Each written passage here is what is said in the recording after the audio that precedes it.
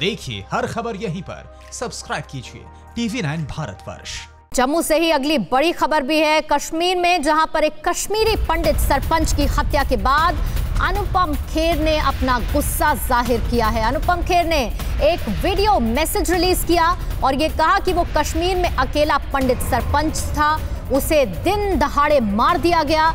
लेकिन बुद्धिजीवियों की खामोशी पर सवाल उठाए हैं अनुपम खेर ने। अनुपम खेर ने 19 जनवरी 1990 की रात को भी याद किया। आपको ये सुनवाते हैं कि अनुपम खेर में कितनी नाराजगी है और क्या वीडियो मैसेज उनकी तरफ से जारी किया गया है। कश्मीरी पंडित की हत्या पर यह गुस्सा अनुपम खेर का देखने को मिला है और 1990 की याद दिला दी इस हत्याकांड ने, ये कहना है अनुपम खेर का। अब सुनिए अनुपम खेर ने क्या कहा। कल दिन दिहाड़े कश्मीर के अनंतनाग में एक अकेला कश्मीरी पंडित, अकेला इन द सेंस कोई और कश्मीरी पंडित सरपंच नहीं था, पूरे कश्मीर में उसको हत्यारों ने, उसको टेररिस्ट ने गोली मार दी सड़क पर।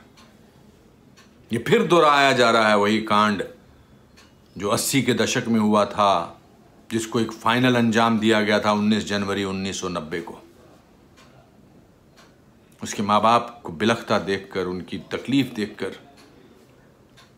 बहुत दुख हुआ, बहुत रोष भी हुआ। अब ये मत बोलना कि कश्मीर में दिन दहाड़े बहुत सारे लोग मारे जा रहे हैं। कश्मीर में दिन दहाड़े बहुत सारे लोग मारकर या डराकर या उनकी महिलाओं को रेप करके 500,000 यानी 5 लाख कश्मीरी पंडितों को निकाल दिया गया है और वो सिलसिला अभी तक जारी है।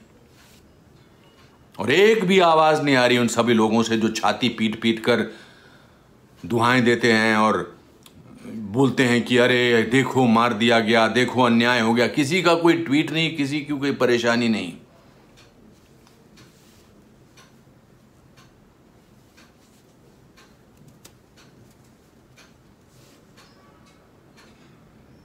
मौन रखा था अभी मैंने ये पॉज में, उसके परिवार वालों के लिए, या जो भी कश्मीर में, चाहे वो मुस्लिम हो चाहे वो पंडित हो, जो भी अभी भी टेररिज्म का शिकार हो रहा है, उसको बचाना नहीं है। जब वो हमारी सिक्योरिटी फोर्सेस के जरिए पकड़ने की कोशिश करते हैं तो उसको बचाने की कोशिश मत करिए, क्योंकि कल को आपके भी किसी परिवार के सदस्य को ऐसे ही दिन दहाड़े गोली मार दी जाएगी। मेरी भावपूर्ण श्रद्धांजलि उनके परिवार वालों के लिए, उनके घर वालों के लिए, उनके बच्चों के लिए। ओम शांति। सरपंच अजय पंडिता कांग्रेस के नेता थे। उनकी हत्या के बाद सियासी गलियारे में हड़कंप मचा हुआ है। अनंतनाग के लोक भवन पंचायत में मातम पसरा हुआ है। गांव वाले हैरान हैं, परिवार में मातम है और किसी को ये समझ नहीं आ रहा कि अजय पंडिता का आखिर गुनाह क्या था। अनुपम खेर को भी आपने सुना, कितनी नाराजगी उन्हें इसे लेकर थी, जिसमें वो कहते हैं कि कश्मीरी पंडित की हत्या ने 1990 की याद दिला दी। लेकिन कुछ बुद्धिजीवी इस पर मौन व्रत धारण करे हुए हैं। कोई नाराजगी इसे लेकर देखने को नहीं मिल रही है। इस वक्त हमारे साथ मृत अजय पंडिता के पिता DN पंडिता इस वक्त जुड़ चुके हैं। द्वारका नाथ जी हमारे साथ जुड़े हैं। द्वारका नाथ जी, मैं बिल्कुल समझ सकती हूँ कि इस वक्त बहुत मुश्किल की घड़ी है आपके लिए, लेकिन रोष कितना है, नाराजगी कितनी है, वो आप सुन रहे हैं, देख रहे हैं। हर कोई सवाल यही पूछ रहा है कि अजय पंडिता का गुनाह आखिर था क्या, क्यों मारा गया अजय पंडिता को।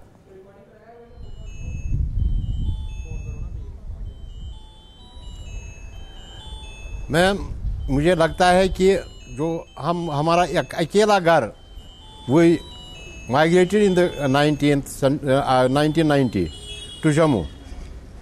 हम 1990 में हमने माइग्रेशन की जम्मू।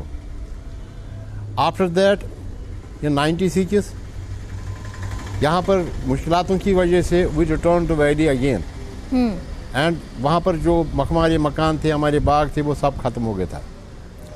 तो फिर 2008 में हमने वहाँ पर हमारे आर्चार्ड्स थे, वो ख़त्म किए गए थे। हमने लोन निकाले, KCC निकाला।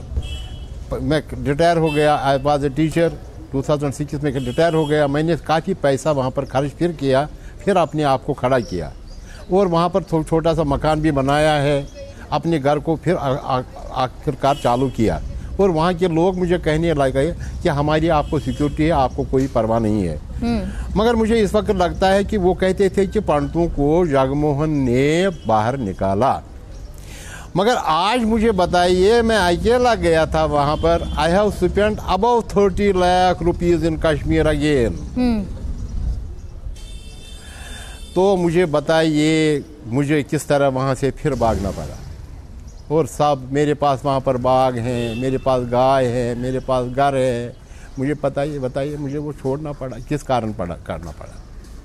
इसका यही अर्थ है कि वो मुझे वहाँ नहीं चाहते थे। अदरवाइज मेरा लड़का जो है he was a social worker था, ही वाज नॉट वो पॉलिटिकल उतना वो थे। ये है ठीक, एक टाइम था when Kashmiri all the Kashmiri Pandits they belong to Congress, मगर अब क्या हुआ क्या नहीं होगा, क्योंकि वो नेशनलिस्ट थे, नेशन के भारत के साथ थे।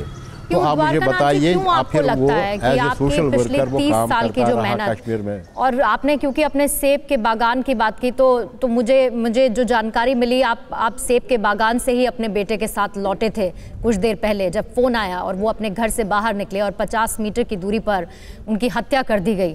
तो ऐसे में क्यों आपको लगता है कि लोग नहीं चाहते कि आप वहाँ पर रहें? क्यों चाहते हैं कि एक बार फिर से आपकी 30 साल की पूरी मेहनत को वो उजाड़ दें, आपको वहाँ से जाने के लिए मजबूर कर दें?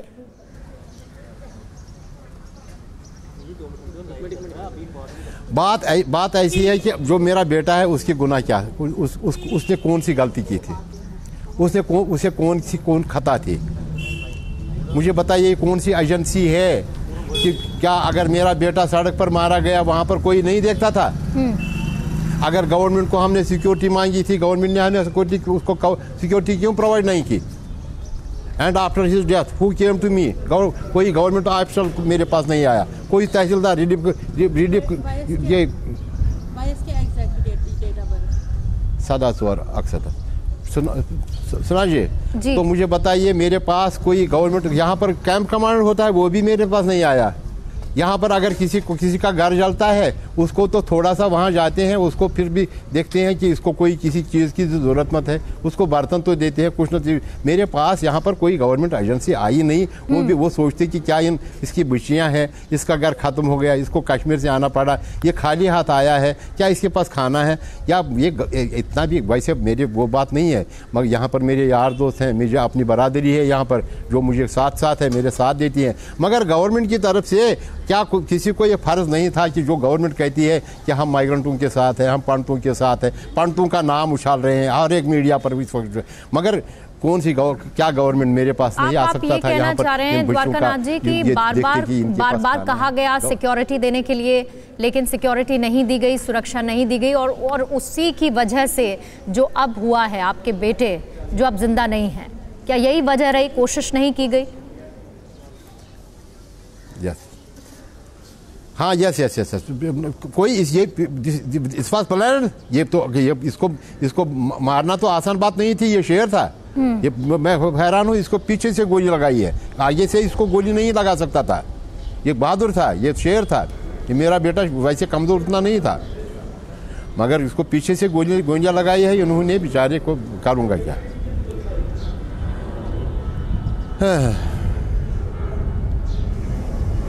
आपको हिम्मत मिले इस मुश्किल की घड़ी में द्वारकानाथ जी, मैं यही कह सकती हूँ। और आपकी नाराजगी अपनी जगह है और पूरे देश भर में इसे लेकर गुस्सा है। मुझे अपनी जी